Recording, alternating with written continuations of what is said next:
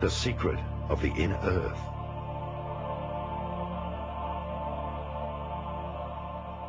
Like the human being, the planet itself also has dimensions.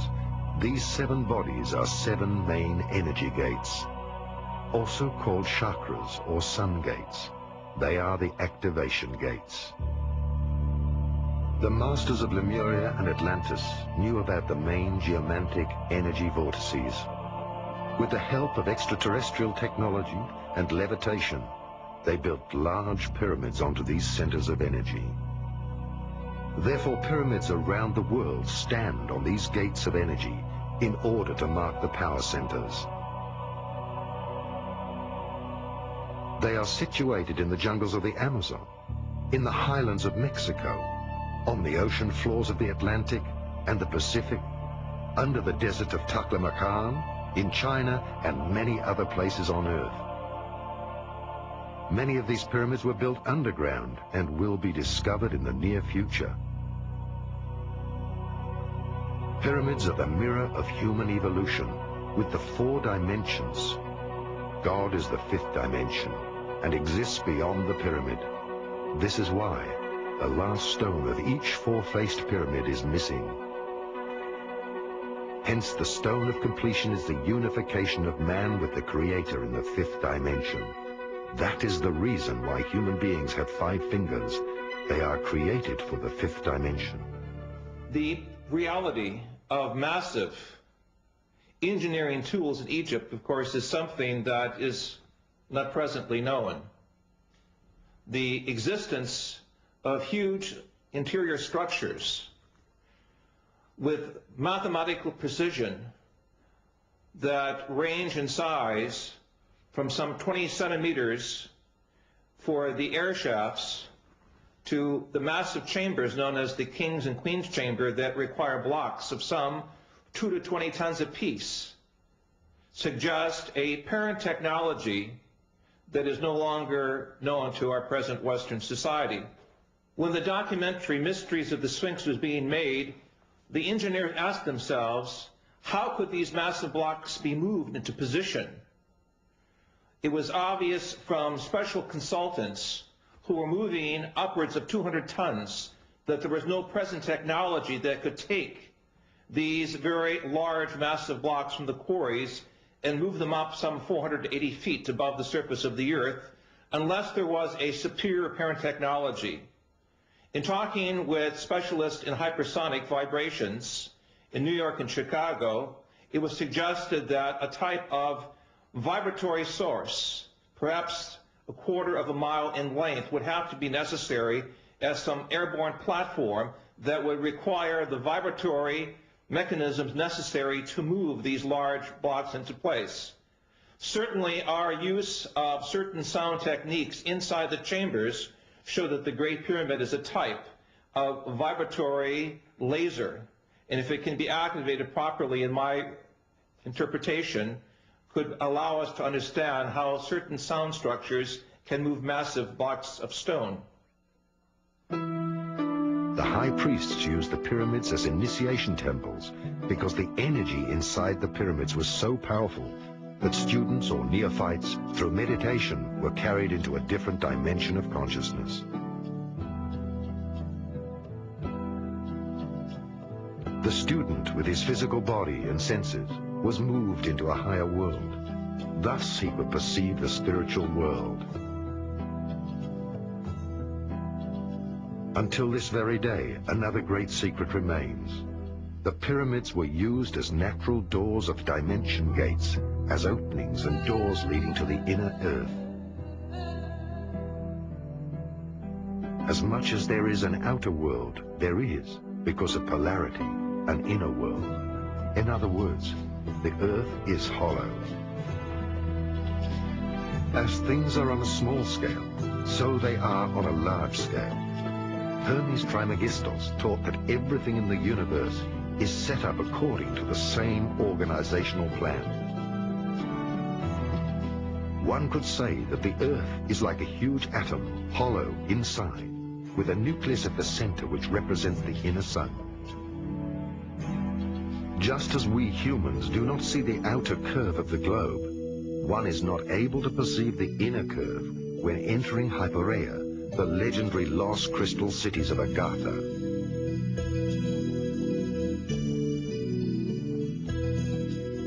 The initiated were able to get in touch with the civilizations of the inner Earth through gates. Until the sinking of Atlantis, this was general knowledge.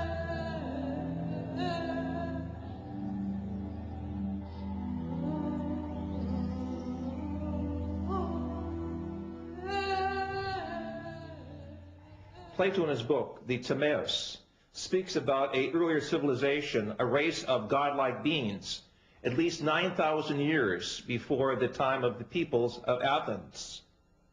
He also speaks of how the great historian Solon refers to Egypt as a colony of Atlantis.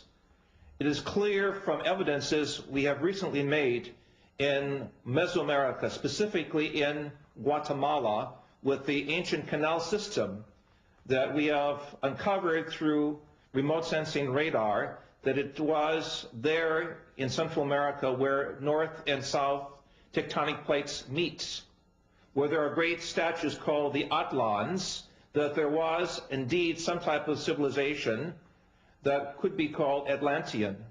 Clearly the evidence is in Egypt of great structures beneath the sands of Giza, as well as the evidences of great structures beneath Gobi in the Far East, suggest that Atlantean models of higher intelligence were over the earth at a much earlier historic period, suggesting that Atlantis was a type of civilization rather than a specific place of people, technology, worship, and belief.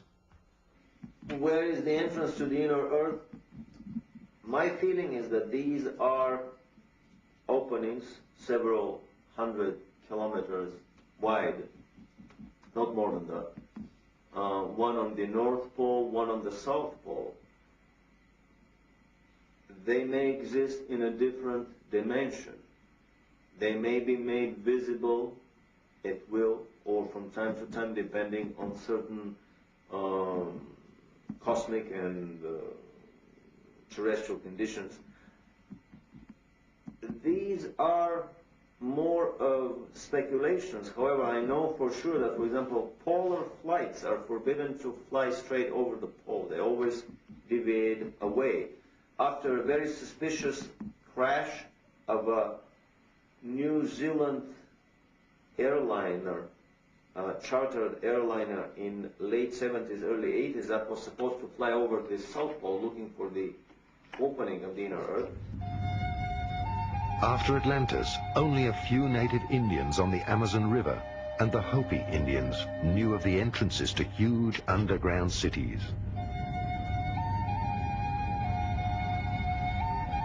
They reported that shortly before the cyclical end of humankind, the seed for the next humankind was brought to safety in the inner earth by human beings with white and bluish skin and golden angelic hair, who traveled in flying saucers from the inner earth. Last century, various scientists searched for the pole openings. Accordingly, the South Pole is supposed to be the head chakra of the Earth and have an enormous pole opening. The North Pole would be the root chakra. During this century, two great efforts were made to find these pole openings and to make contact with the extraterrestrial races who built the underground cities within the Earth. The first expedition was led by Admiral Byrd before the Second World War. The second was carried out by the secret Tula organization, which pulled the strings behind the Nazis. Both expeditions were successful. Byrd discovered the pole openings during an expedition for the USA.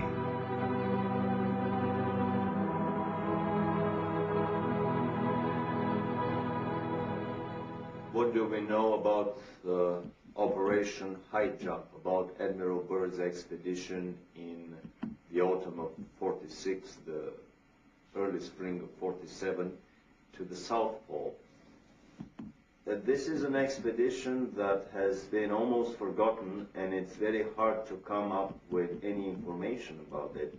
the few articles that were published at that time in, let's say, National Geographic magazine would not give any clue to the real intention of that expedition. However, recently we discovered a unique documentary film in color, 1 hour long, made by the U.S. Navy. It was a massive naval operation that involved an aircraft carrier, several battleships, an armed submarine, and probably another 20 supply and battleships. It involved 4,000 troops, U.S. troops, and the rumor is that there were also British and Russian contingents within these 4,000 troops. It was a massive naval operation. It was not, as it has been presented to the public, that it was a peaceful expedition to explore the natural resources of the South Pole.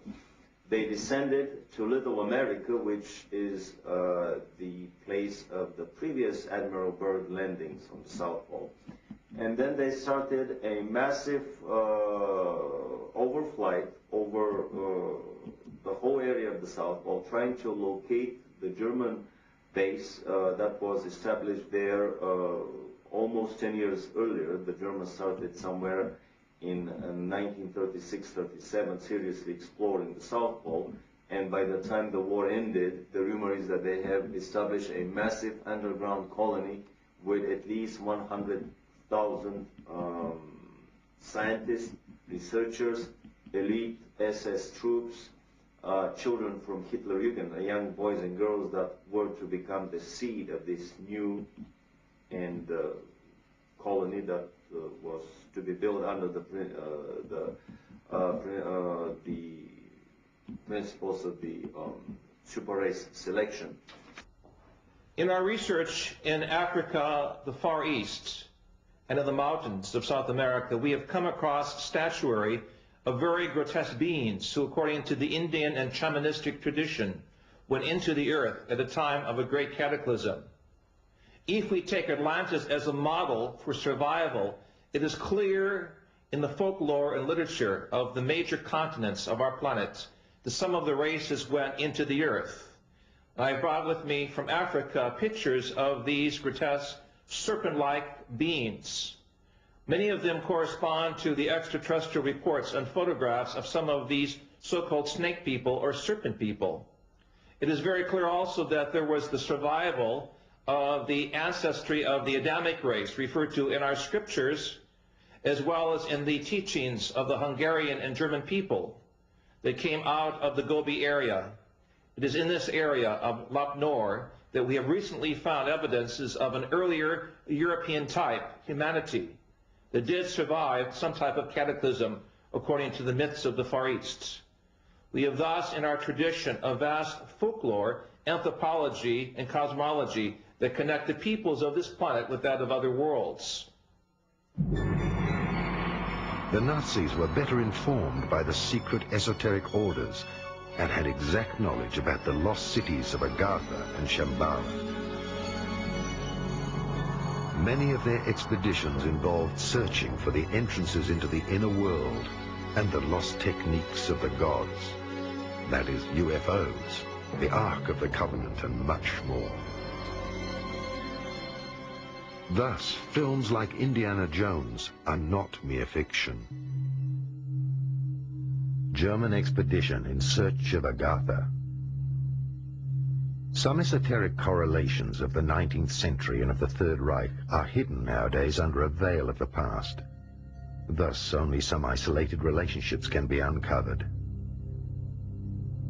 For a while, Dietrich Eckart lived at the foot of the mountain Untersberg and was initiated into the medieval mysteries and into the legends of caves. Adolf Hitler spent many hours with Dietrich Eckart at the Obersalzberg mountain, and both were followers of the hollow earth theory of Hans Erbinger. The Untersberg was already considered by the Templars to be a volcano with an access to the inner earth and to the legendary hollow world. Thus, there are stories of the disappearances of people in the Untersberg and how, 60 years later, the same people surfaced without having aged. Other German legends deal with the myth of the end of the world. In the legends, King Barbarossa is asleep in the mountain, and after hundreds of years he rises up with his knights for the last battle at the end of time, in order to help good triumph. I'm speaking now as a scientist. I do not want to confuse subsurface temples and grottos and structures of civilizations that go down approximately a mile or two from the surface of the Earth with the so-called inner Earth theory. In my work in Ecuador, Peru, and Bolivia, it is clear that there are vast tunnel systems that go hundreds of kilometers under the mountains, allowing the Indian peoples to connect between national borders. We know also between Mexico and New Mexico in North America that the Indians have a subterranean system of corridors that allow the tribal federations from North America to meet, even privately, without notifying the American or Mexican authorities. Clearly, these structures are there as a result of some type of volcanic activity or catastrophic events some 28 million years ago, as we have measured in areas of North Mexico, where the surface of the Earth changed, allowing volcanic openings and porous materials to construct, as it were, underground cavities. Into these cavities, members of the human society found shelter from the noxious poisons and gases and orders of destruction that took place rather suddenly. If we look at our planetary system, there is an obvious grid of underground cavities, from the areas of the Gobi areas of Central Asia to the areas of Malta in the Mediterranean to areas even of the mountains of Untersberg in Central Europe, Mont Blanc, Jungfrau, to areas we have specifically worked with seismology in central North Mexico, and also areas of the Andes. Peru, Ecuador, and Bolivia in particular have underground structures that run for hundreds of kilometers. In Southeast Asia, we know that these structures also exist in the areas of Sumatra, Borneo, and Indonesia. Clearly, throughout the world, there are major areas which seem to be contact points with parallel evolution. Dietrich Eckart shaped Hitler's thinking more than we can imagine today. He also directed him towards a mediumistic education and showed him how to make contact with the spiritual world, in particular with the Germanic gods and the ancient Hyperia people from Agartha. Thus, the leader became a guided one who communicated with the spiritual world and the masters of Agartha. Only when he had developed these mediumistic attributes to the full did Dietrich Eckart propagate the idea of a leader, Führer, in the Tula Society and in the popular esoteric circles.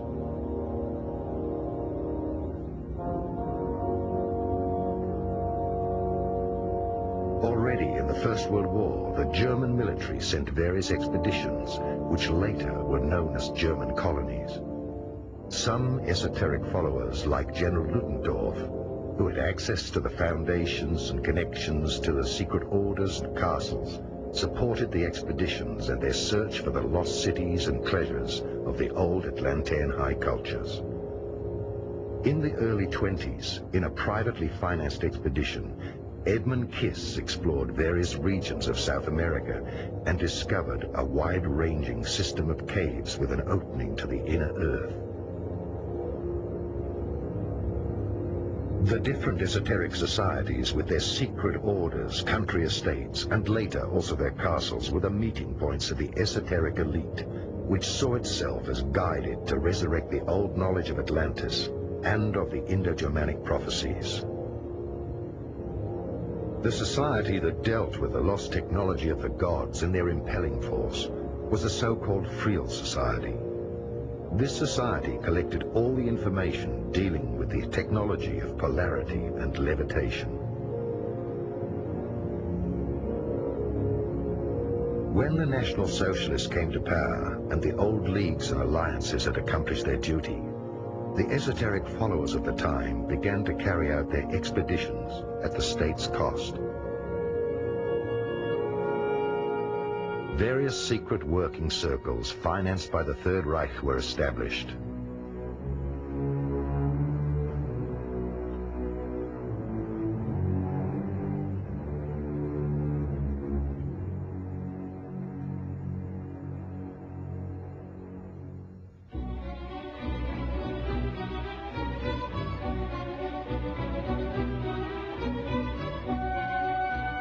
The committee of the group, Heirs of the Ancestors, was concerned with the study of races, and some high esoteric followers were contracted to investigate the past of the Aryan race with ordinary archaeologists and scientists.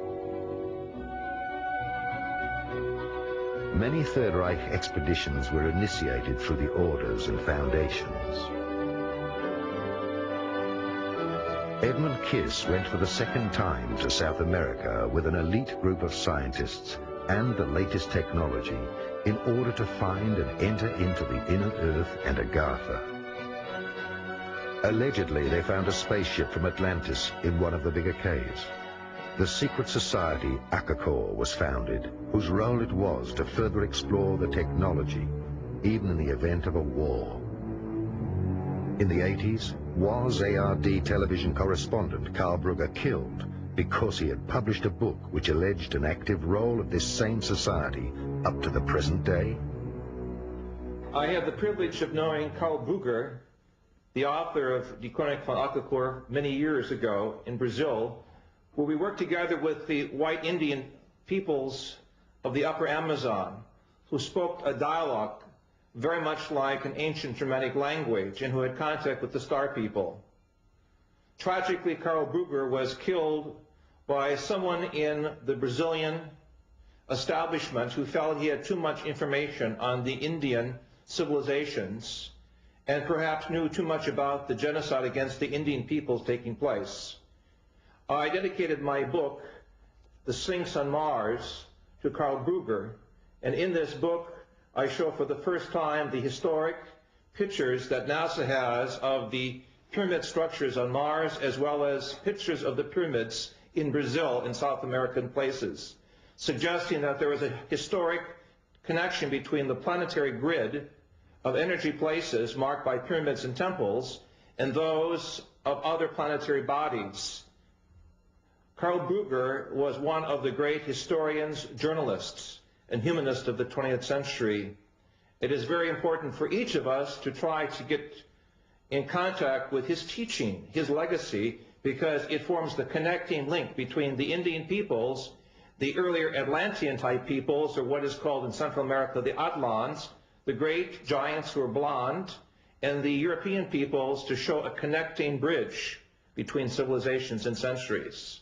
The Chronic also refers to the coming of the extraterrestrial peoples, according to the Indians, at the beginning of the 21st century, due to the misuse of science, the destruction of the planetary environment, the imbalance of knowledge, what we call Western civilization, the Untergang des Auslands, will come to a quick change with the appearance of the star people.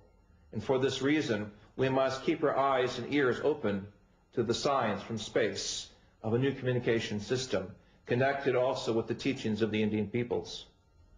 The South American Indians of the Andes recognize UFOs as brothers from the sky who have always been there, who are there today. They are not any more unique than an airliner flying overhead with passengers aboard. To them, the brothers from the sky have always been there. They do make contact with the Indians, and they do treat people in remote areas where they cannot get to doctors. They heal them, they treat them medically, they interact with the Indians and with primitive people, both in the high plains and the mountaintops and in the deep jungles. So when we began asking about these brothers from the sky, we discovered stories about such contacts everywhere. And in the course of one of these stories, we were introduced to an Indian from the upper Amazon. I think his name was Akunta, but I'm not sure at the present time, who offered to take us back into a civilization that he came from that was primarily based on a European culture that was transported there or transposed there sometime about the end of World War II, and they had taken scientists and scientific research underground in an area in the upper Amazon where they had succeeded in developing disc-shaped aerial vehicles that they could use to go all over the world with. The society was, this Indian called the society Akakor. He said that he had guided a German researcher by the name of Brugger, and I think his name was Martin Brugger, B-R-U-G-G-E-R, who was actually taken to the city and was afforded an opportunity to meet with some of the Europeans there. That Indian tribe in that area has many blue-eyed, blonde-haired Indians, and they appear to be descendants of a Germanic a group of people that were taken there sometime in the middle 1940s. And now they have produced children and they are young adults, and the society is flourishing there that is advanced over the contemporary societies around them by a substantial degree. We can take you back there. There is a man who lives in that area. His name is A.J. Gaviard, who will be willing to introduce us to either the Indian that guided Martin Brugger or other Indians from the same tribe who may be willing to take us back far enough to meet some of the members of that society. It's operated as a closed society. They do not come out down the river and enter Western civilizations. When they come out in their spacecraft and pick up what they need and take it back into the society, and they live in a closed environment, pretty much protected by the wilderness of the jungle itself. So it's possible to go back and further investigate the evidence of the existence of Akakor at any time. We can produce people who can do this. We can look at Mr. Brugger's evidence that he published, which was the result of his own research. But I personally am convinced that this society exists, that they have circular disc-shaped craft, that they fly and operate them there, and perhaps some of the disc-shaped craft that we are discovering in the reports of the Indian aboriginals of the highlands, the upper plateau there, may be some of the vehicles from Akakor. We also know that many of the vehicles that they describe are not from Akakor, that they come from elsewhere. Some of them are extraplanetary. They come from beyond this planet, and they have unique technologies, and they have human beings aboard who are quite different and quite advanced over the contemporary humanity of Earth today. These humans are interacting with the natives down there also, and there is substantial evidence that these extraterrestrial races are directly connected with the earlier civilizations of Tiwanaku, of the Olmecs, of a number of the other earlier civilizations in South America at a time before the last cataclysmic disturbances that changed all the society and reduced it to savagery once more. A further expedition was sent to the South Pole, Expedition Schwabenland, in order to find the land with no ice and to explore the access to the inner Earth.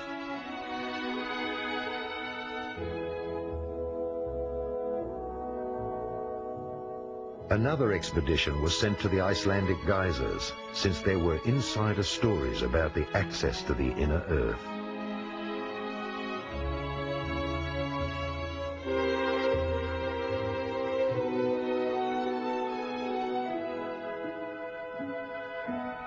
And another expedition was organized by Sven Hedin to the Taklamakan Desert in Tibet in order to find traces of the old culture of Urd.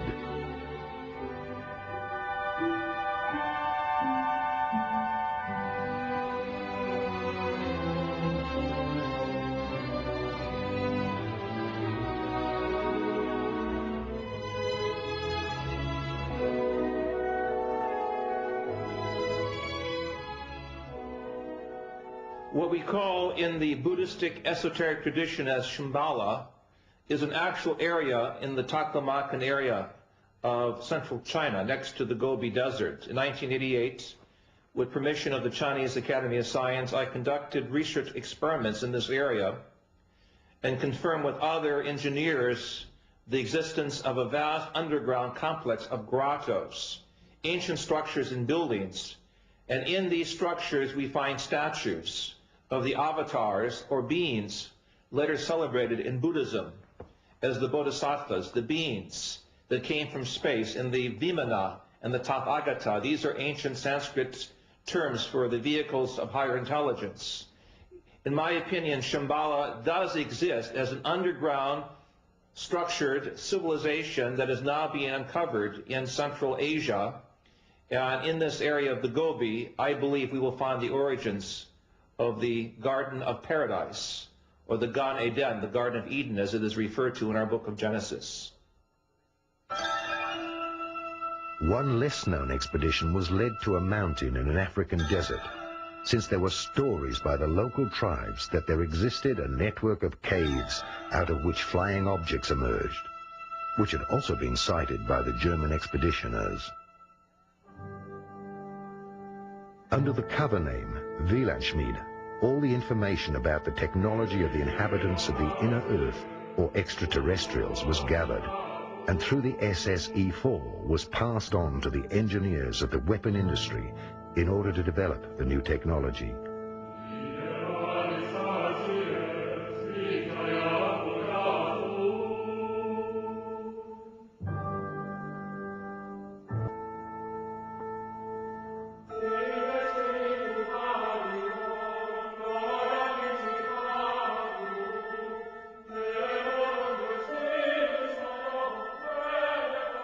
The flying saucers from Agartha were the result of this scientific research. The Nazis made contact with the extraterrestrials of the underground city of Antarctica.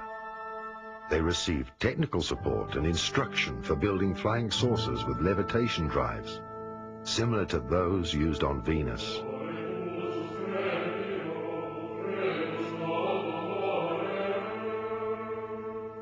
At the end of the Second World War, the extraterrestrials ensured that the technology was returned from Earth back to these cities. They understood that the Dark Age had not yet reached its peak. The technology was returned by 30 submarines through a large commando action.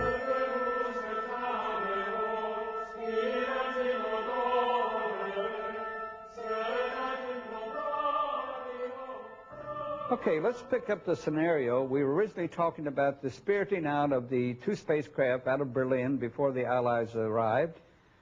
We said that they were put aboard two submarines. They spent 6 months at sea, and they finally landed in Argentina. Now, from that point, they were taken into Antarctica, into a section of Antarctica called Queen's Maud's Land. And there they disappeared, and they were not heard of for some time. Now, intelligence sources, and of course I was in the intelligence business at that time with the agency, reports indicated that they were in there and they were operative once again. Now, there was a major concern by world powers to go in and capture the technology and the two spacecraft which they knew were in Antarctica. And the intelligence reports indicated that one known as Admiral Byrd was to be recommissioned, and he was to be sent in there to retrieve the two saucers and also the technology and personnel associated with it. Later reports indicated that Admiral Byrd was given 8 months and unlimited funding to go in and pull this thing successfully off. But we also know that within 8 weeks he was totally defeated. Now, the supposition at that point was that there was an advanced civilization and technology, most probably alien. There were with the Third Reich and the SS who was in Antarctica, and that those great and developed technologies were used to defeat Admiral Byrd. And of course, as it turns out, even to date, they're still there. We never did successfully get them. The stories that I have uncovered about the inner Earth is that very early on in the history of the Third Reich, the Nazi elite, and especially Hitler, were trying to establish contact with the civilization living in the inner Earth, which was considered an Aryan civilization of a lot more advanced nature than their brothers, lost brothers living on the surface of the planet. The Thule Society carries the name of the former capital of that civilization, someplace around present-day Greenland, before the previous polar shifts and before Greenland became under ice. Two expeditions were made in the late 30s, early 40s. One attempting to enter the North Polar water opening with a submarine, which proved unsuccessful. A second attempt was made to enter the land opening on the South Pole with an anti-gravity cigar-shaped device, basically a small prototype probably of the giant Andromeda space station that was developed later on by the SS, and it proved successful. The most interesting story is the one that I heard by an American living in Florida who claims to have spent 2 months in the city of New Berlin. This is a city that was developed into the inner earth, and a part of the Germans from the South Polar colony were admitted by the inner earthlings and were allowed to build that city there. Very strict admission procedures, no previous SS members, no previous concentration camp guards and so on were admitted. The rumor is that the present-day city of New Berlin is about 2 million people of population, that they have built there most of the buildings that Hitler's personal architect, Speer, was planning to build. They're traveling on Icelandic passports. They are basically the new master race that is probably planned by the Illuminati to repopulate the planet. And there is even a rumor that there is a New Berlin embassy in Washington on an unmarked floor of a high-rise building. You probably punch a code on the elevator buttons, and when the elevator stops on that floor and the doors open, you see the sign of New Berlin in the lobby. The kids of the New Berliners study in major institutions around the globe, Harvard, Oxford, Cambridge, Yale, and basically it is not a Nazi colony that is established in the hollow earth as an enemy of the present-day American and English Illuminati secret government. The conflict is just basically the other side of the same coin. Some would even coin the new word, the Illuminati presence on the planet, that basically the World War II Nazis and the present-day Illuminatis in America are nothing more than the two sides of the same Illuminati coin. So basically, this is a colony, a presence in the hollow earth that has been established with a shoulder-to-shoulder cooperation of the Russians and Americans, organized, orchestrated, and performed through the quiet cooperation of the Illuminati government. After World War II, a military expedition under Admiral Byrd tried to recover the vanished technology. The extraterrestrials let him enter the inner Earth to the Golden City. They delivered a request message for disarmament to the government of the United States. Admiral Byrd had to remain silent until his death, but after he died, his nephew published his diary. In my work with South African, Brazilian, and American geologists at the South Pole, it is clear that under the structures of ice, there are many layers of civilization, suggesting at one earlier point of time when the conditions of the South Pole were different. Clearly, there was some type of civilization there. The evidences of huge dinosaur intelligence suggest that this was one of the possible places for the Garden of Eden. This, of course, is assuming that the shell of the Earth had a different north and south magnetic pole. And with the shifting of the pole, this region became suddenly very, very frigid. And thus, we do not see any evidences on the surface of these so-called earlier conditions of intelligence. However, I believe with the further exploration of the documents that both Admiral Byrd brought to the attention of the world after World War II, and the Brazilian Navy uncovered in 1961 with its subpole expedition, that extraterrestrial intelligence is also operated out of the area of the South Pole. And in that sense, the South Pole is a connecting point with other civilizations, possible extrasolar gardens of paradise. What was it that Admiral Byrd found on the South Pole? Incredibly enough, in an official American Navy documentary film, we found footage of what Admiral Byrd found on the South Pole. He found giant freshwater, never freezing lakes with areas around them that were free of any snow. And in that film, we show footage of the Navy planes landing in these lakes. But even more so, he found, to his amazement, that his planes were disappearing very quickly. A lot of his planes were attacked by anti-gravity devices that were operated by the Germans there, by anti-gravity saucers.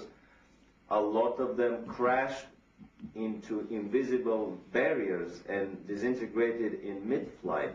This is an indication that the Germans had already perfected the force field shields, and they were up and operational around the German colony at Neuschwabenland. When he was retreating, basically the whole operation lasted for 1 week. They started at the end of February 47, and by the first week of March, they were through with the whole operation, and much earlier than scheduled, and they departed.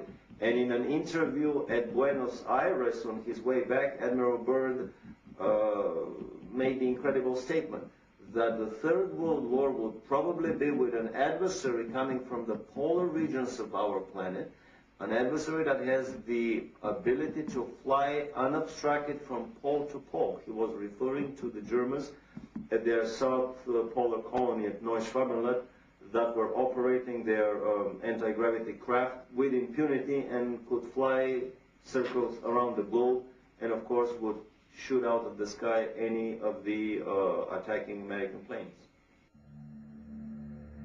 The inner terrestrials surrounded the entrance gates with an electromagnetic protective dome, which no being or weapon can penetrate. After all this happened, it became the greatest secret of mankind. It started ufology as we know it today. Indeed, there is a second humanity, an inner terrestrial race who had already built cities in the inner earth before the sinking of Atlantis. These extra and inner terrestrial races built time gates and anchored these cities on a higher subatomic frequency. After the great purification, these time gates will fall, and at different places there will be once again access to the underground cities.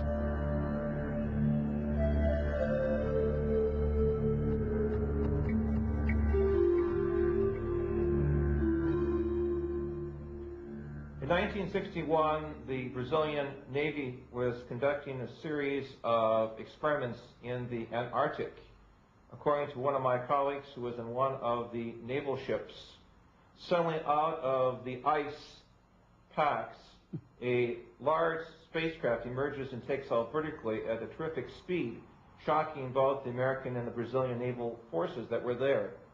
So it is clear that as late as 1961, we have official documentation from the Brazilian Navy that there is some other, emphasize other, underline this 3 or 4 times, life force or intelligence stationed at the South Pole, possibly to observe the scientific developments on the planet, possibly to observe the military operations and the forces of the East and the West in some type of Mexican standoff as the Cold War develops.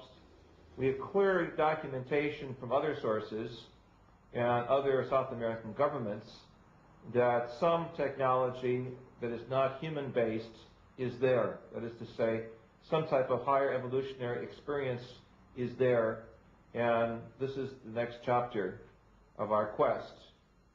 Why are they here? What do they want from us? And do they, namely the higher or alien intelligence, have some type of directing mechanism both for the U.S. as well as for the Soviets as to who goes into space and who conducts, as it were, the next evolutionary round of space development? These are key questions that we must resolve. Also, gigantic cities of lights will descend out of their orbit to selected areas and will be anchored on the Earth. Right now, people who have reached a certain level of consciousness and are once again connected to the cosmic monad are drawn through their intuition to places chosen by the spiritual hierarchies in order to anchor the cities of light above these areas. These sites are absolutely secure.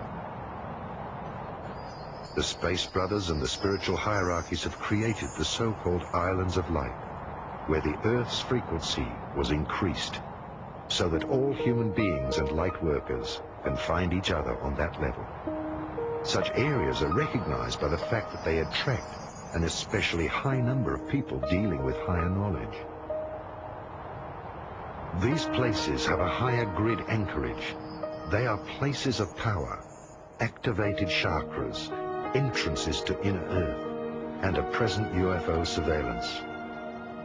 The Space Brothers are going to pay special attention to these areas when the cataclysms begin, because that is where the seed for the new mankind will be found.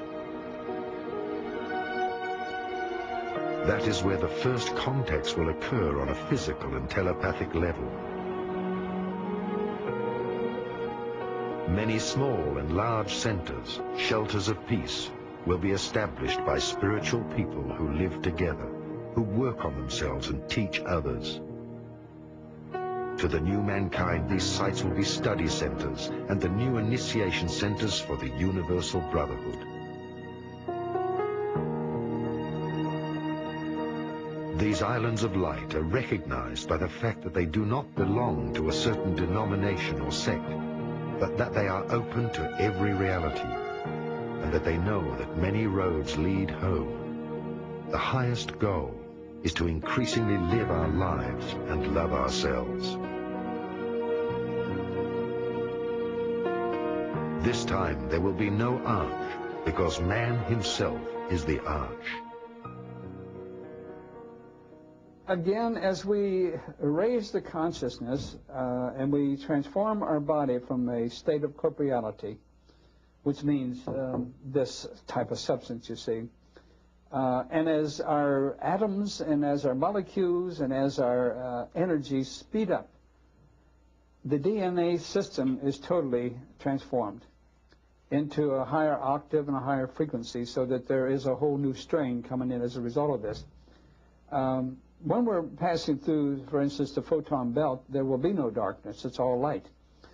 Everything in the body, then, of importance will be etheric in nature as opposed to corporeal or dense or density or whatever, you see. Realities that we accept today will be no more. And so as a result of that, the DNA system and everything which constructs humanness will be changed, because we will now reach for a light body and will be of the light as opposed to darkness and corporeality. So any change that's signified today scientifically or biologically and what have you in the DNA is because of this infusion of new consciousness and new light, which of course is coming in at this point in time. Many of us are, many people already are largely light, although they keep the body of corporeality to do what they have to do here on Earth, you see. Many people are already in the fourth dimension. Some are aware and some are not.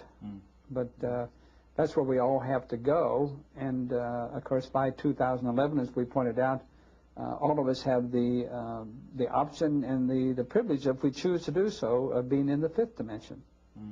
A photon belt is an intense field of photon radiation, light radiation, which both according to several modern astronomers, astrologers, as well as Mayan tradition, emanates from the center of our galaxy, bisects the Pleiades star system and our star system at the same time.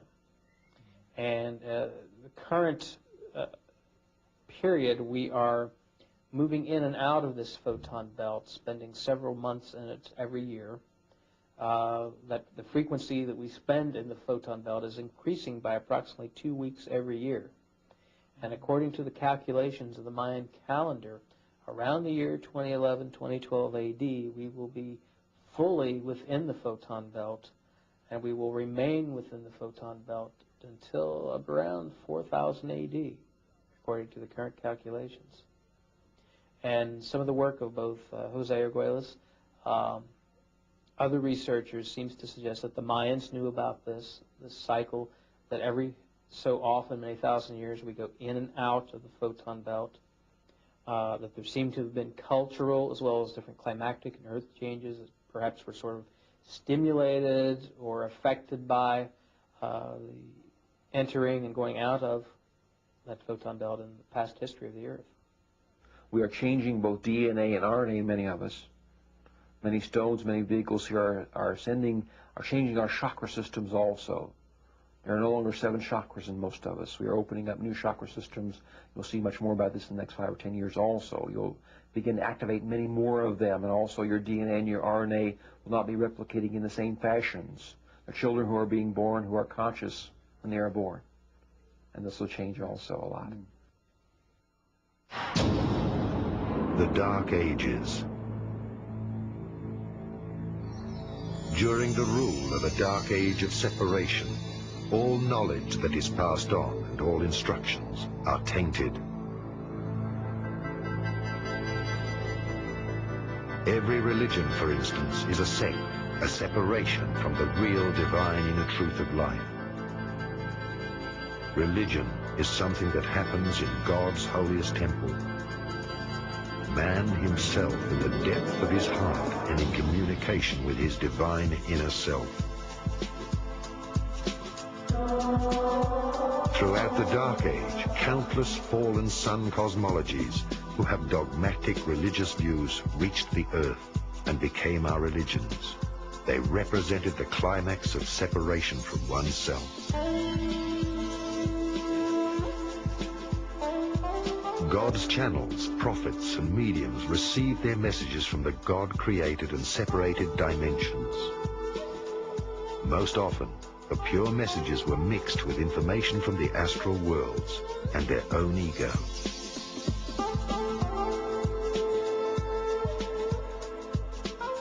There are as many truths and religions as there are worlds and heavens of polarities and levels of development in the cosmos in their different dimensions. Every social structure which serves the power of the lobbies and the ego instead of mankind is a split, which in the end will restructure itself or crumble. All knowledge without love is a separation from being.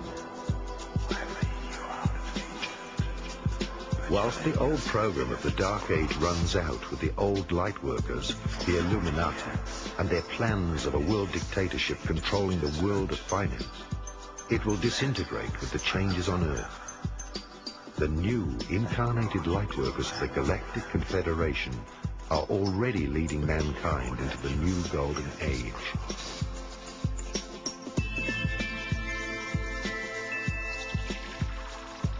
After the great transformation of mankind, the Space Brothers would like to welcome us as cosmic citizens into the Galactic Confederation of Free Planets. Where do the Illuminati receive their knowledge? Well, I would use the famous jokes and stories about Tesla and Edison.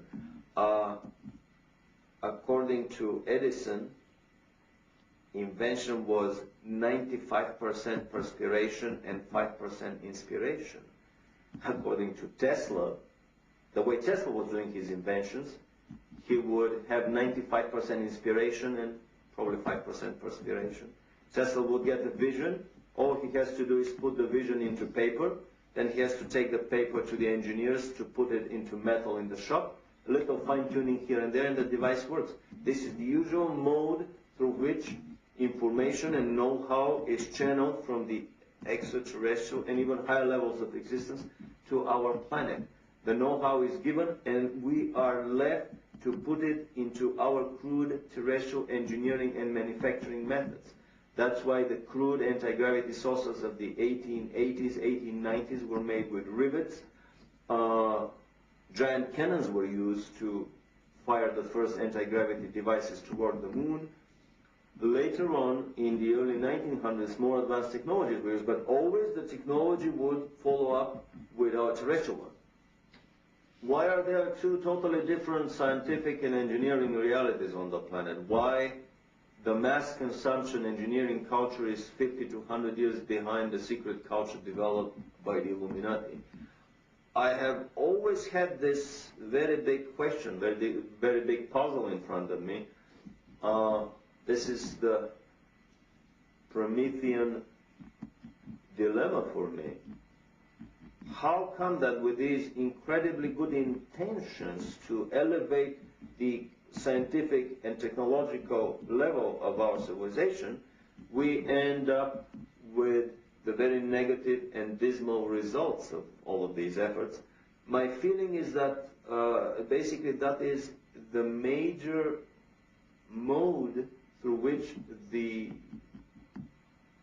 should I call it the independent angelic presence on the planet, is trying to corrupt the scientific and the political minds of the elite of our planet with visions of grandeur, with technologies that are too far ahead, possibly for our spiritual and moral development, and that are very dangerous, that can explode any minute and basically bring the end of our civilization, as has happened for dozens of times on our same planet.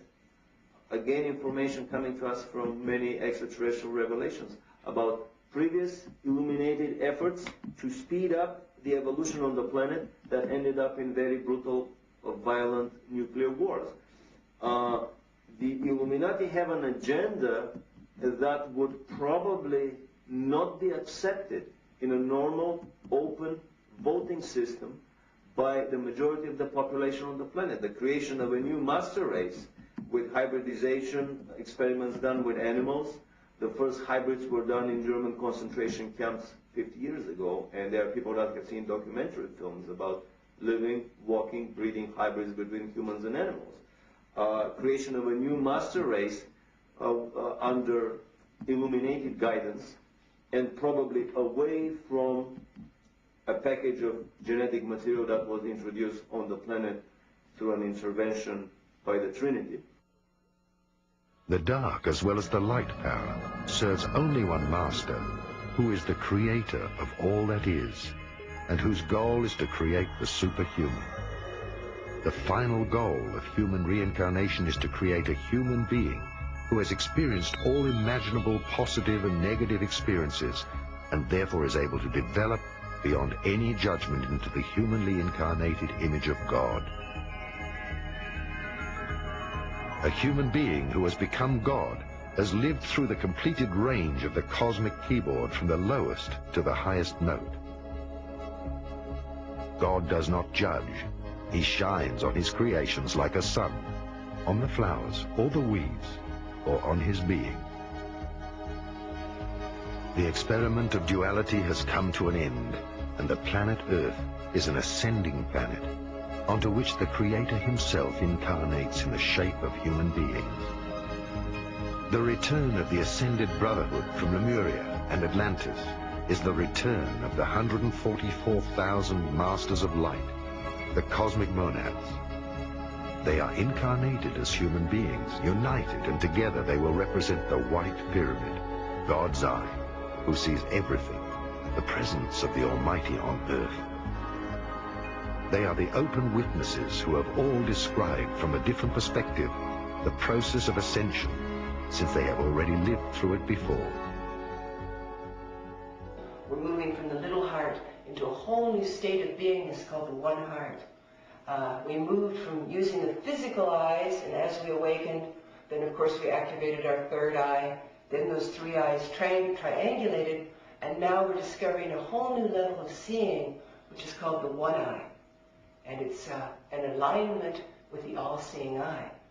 Now on the planet itself, we're noticing a huge shift over as well. Duality is playing out its final dance. We're in the times of completion. So we'll notice that a great falling and dissolving, which you can see in all the world governments, in all the established religions, in the treatment of the environment. It's one of those things, a good way of describing this time is saying it was the best of times and it was the worst of times.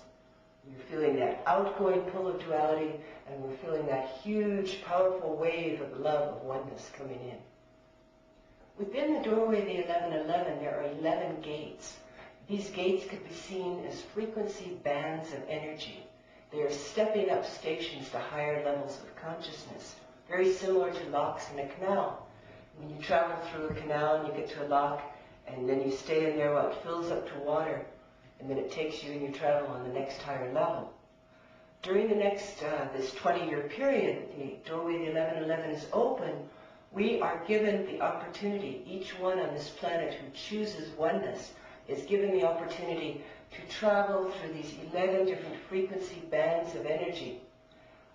This is also this unified presence we refer to as the bird star, us as one, the one that passes through the door. Now, this is the opportunity we've been waiting for eons for a mass ascension. How big it actually turns out to be depends on you. How many choose to make this journey? For those of us who are now anchoring our beings and living our lives in oneness, we're finding that we're living in a new world, that everything is different, that you see everything with totally different eyes. Nothing is the same as it was before.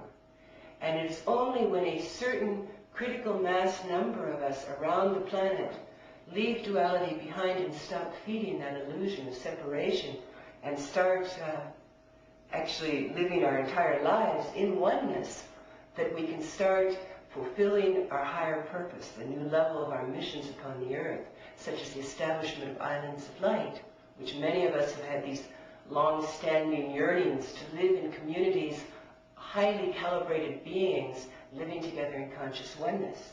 Another thing that's going to be happening for those who are standing and living their lives in oneness are those true love relationships.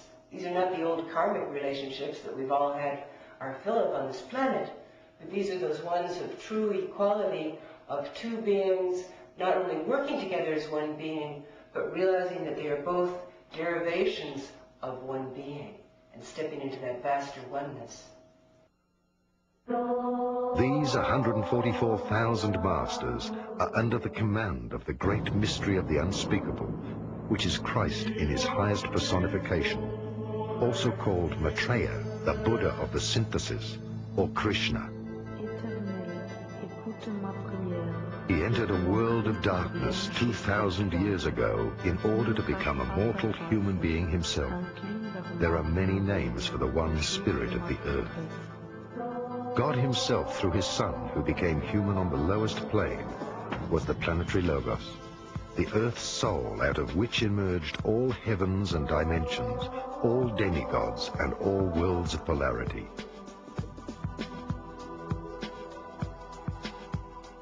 After the worlds of polarity in all their dimensions had further separated from him, he incarnated as a human being in order to overcome the separation. Until then, all heavens and gods existed subject to the law of polarity. They were only partial realities on higher levels. Now, all demigods, in order to dissolve their half-truths, have to incarnate. The age of masters and gurus comes to an end, because in the future, every human being will reach his own mastery with the help of his higher self. Now, the masters of wisdom are following him in order to achieve their completion, thus embodying the cosmic law of the inner order in flesh and blood. The normal process of becoming a human being, with all its highs and lows, is the greatest mastery, the highest of all virtues. It is the union of compassion, unconditional love, and wisdom. The perfected masters live as ordinary human beings within society and will live as brothers. None of these ascended masters will ever claim again to be master or teacher. They will only describe the process of ascension. They will not distribute new concepts of enlightenment, because the highest wisdom is to honor life as it is, as an expression of divine being. Nothing has to be achieved. Enlightenment is the natural foundation of life, which grows daily through experience and learning. It is the knowledge that we are increasingly realizing who we really are.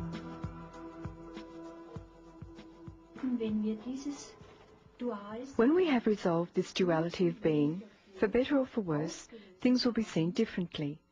Every challenge on this earth, which I personally, along with every human being, must endure, is seen as an opportunity. We should indeed love it unconditionally and even be thankful. This also applies to pain, illness, and other chaotic situations on this earth. There is a purpose, and that is all important. We need to look at things differently.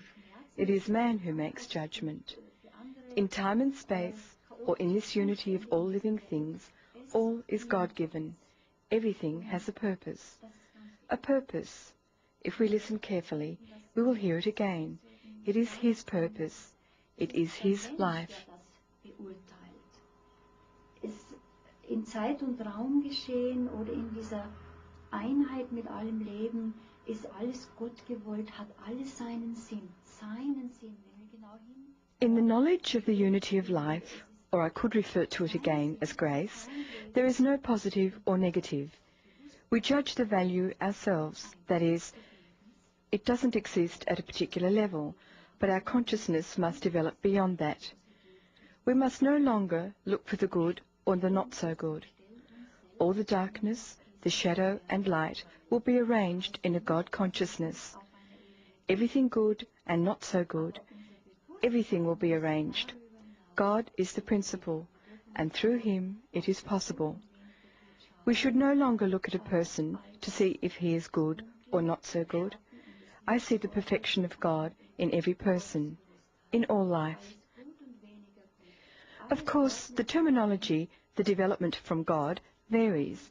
We do not have a right to direct, not even a right to raise it. Our duty is to glorify God. This unity, this principle of life, which offers perfection, which glorifies, and which sees Him in everything. This is the bridge. I would say in the dimension of light, in a new world or in a new house of the Father. This is the only possible way.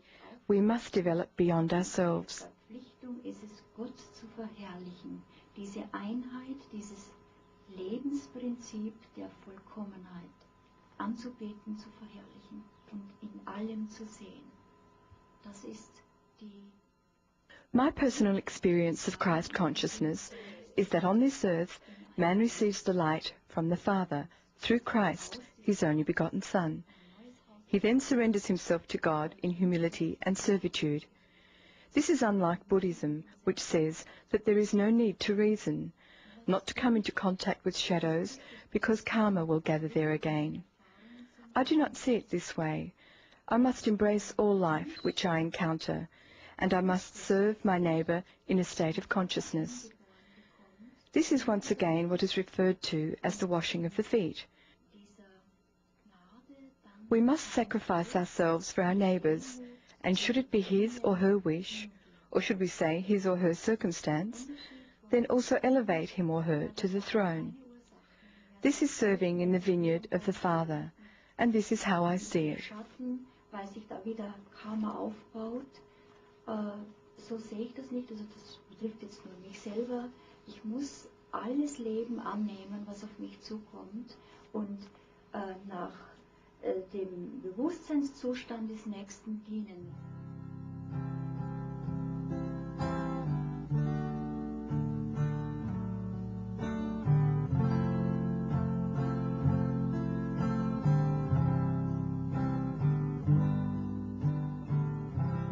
The continent of Atlantis was an island which lay before the great flood in the area we now call the Atlantic Ocean. So great an area of land that from her western shores those beautiful sailors journeyed to the South and the North Americas with ease, in their ships with painted sails. To the east, Africa was her neighbor, across a short strait of sea miles. The great Egyptian age is but a remnant of the Atlantean culture. The antediluvian kings colonized the world. All the gods who play in the mythological dramas, in all legends from all lands, were from fair Atlantis.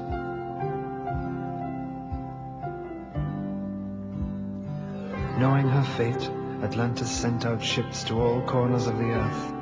On board were the 12. The poet, the physician, the farmer, the scientist, the magician, and the other so-called gods of our legends, though gods they were. And as the elders of our time choose to remain blind, let us rejoice and let us sing and dance and ring in the new. Hail Atlantis!